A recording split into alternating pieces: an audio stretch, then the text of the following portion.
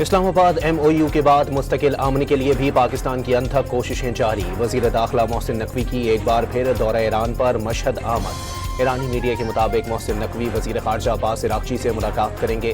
امن مذاکرات کا سوئٹزرلینڈ میں شیڈیول راؤنڈ پر پیش رفت کی حکمت عملی پر مشاورت کی جائے گی۔ نائب وزیر اعظم اسحاق ڈار بھی مصر روانہ۔ سعودی عرب، ترکیہ اور مصر کے وزرائے خارجہ کے 4 ملکی اجلاس میں شریک ہوں گے۔ دو طرفہ ملاقاتیں بھی شیڈیول۔ وزیر خارجہ مصر عبد الفتاح السیسی سے بھی ملاقات کریں گے۔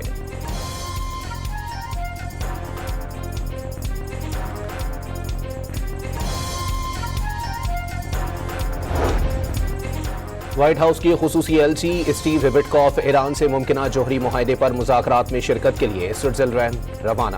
صدر ٹرمپ کے داماد جیرڈ کشنر بھی پہلے ہی سوئٹزرلینڈ میں موجود۔ ایرانی وزیر خارجہ کی بھی آج جنیوا روانگی متوقع۔ مذاکرات جمعے کو شروع ہونا تھے، لیکن لبنان پر اسرائیلی حملوں کے باعث مذاکرات مؤخر ہوئے۔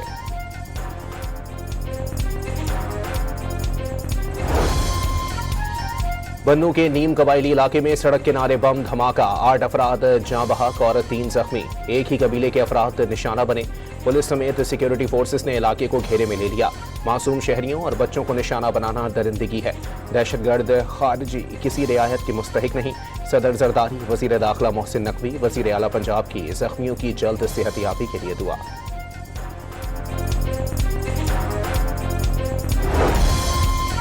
پاکستان میں دہشت گردی کے پیچھے بھارت اور افغانستان کا ہاتھ۔ وقت آ گیا بغیر کسی لگی لپٹی کے دہشت گردی کے خلاف فیصلہ کن جنگ کی جائے۔ دہشت گردی کا عذاب ایک ہی دفعہ مکمل ختم کیا جائے۔ وزیر دفاع خواجہ آصف کا بنوں دھماکے پر رد عمل۔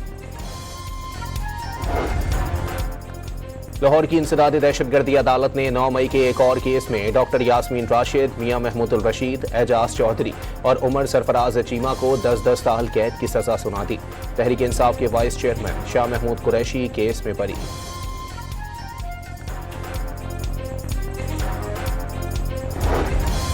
وزیر اعظم نے ہاتھ ملانے میں بہت دیر کر دی، سیاسی مسائل اور تناؤ ختم کرنا ہوگا۔ چیئرمین PTI کی پارلیمنٹ کے باہر صحافیوں سے گفتگو۔ بنوں دھماکے کی مذمت، کہا نیشنل ایکشن پلان پر عمل کر کے امن لانا ہوگا۔ آزاد کشمیر کی صورتحال میں افہام و تفہیم کا مشورہ۔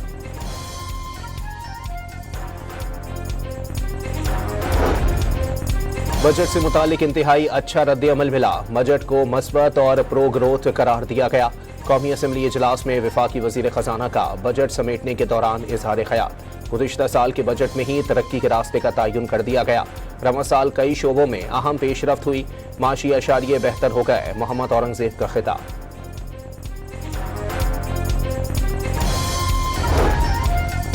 امریکہ ایران امن معاہدے کے بعد پاکستانی عوام کے لیے بڑا ریلیف۔ پیٹرول 74 روپے 28 پیسے فی لیٹر سستا، نئی قیمت 299 روپے 50 پیسے مقرر۔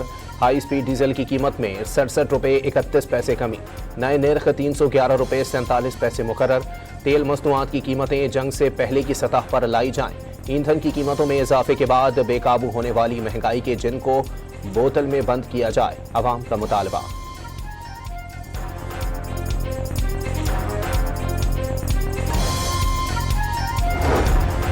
ہائی سپیڈ ڈیزل پر لیوی میں اضافہ، لیوی 19 روپے 71 پیسے فی لیٹر اضافے سے 72 روپے 97 پیسے ہو گئی۔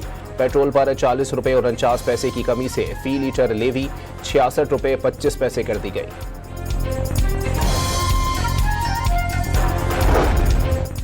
کراچی میں پبلک ٹرانسپورٹ کی ہڑتال کا آج تیسرا روز ہے، جس کے باعث بس اسٹاپس کے باہر شہری پریشان ہیں۔ حکومت کی جانب سے تاحال ٹرانسپورٹرز سے کوئی مذاکرات نہیں ہوئے۔ اسلام آباد میں آزاد جموں کشمیر کے سیاسی رہنماؤں کی نیوز کانفرنس۔ صدر مسلم کانفرنس سردار عتیق اور دیگر نے کہا کہ ایک العدم ایکشن کمیٹی نے آزاد کشمیر کے عوام کو اکسانے کی کوشش کی۔ آزاد کشمیر میں احتجاج کا غلط رویہ اپنایا گیا۔ اور حزب اللہ کے ساتھ جنگ بندی کے باوجود لبنان پر اسرائیلی حملے نہ رکے۔ جنوبی لبنان پر کم از کم 12 فضائی حملے کر دیے۔ جمعرات سے اب تک شہادتوں کی تعداد 52 ہو گئی، 97 افراد زخمی۔ اسرائیلی وزیر دفاع کا جنوبی لبنان کے سرحدی علاقے پر قبضہ برقرار رکھنے کا اعلان۔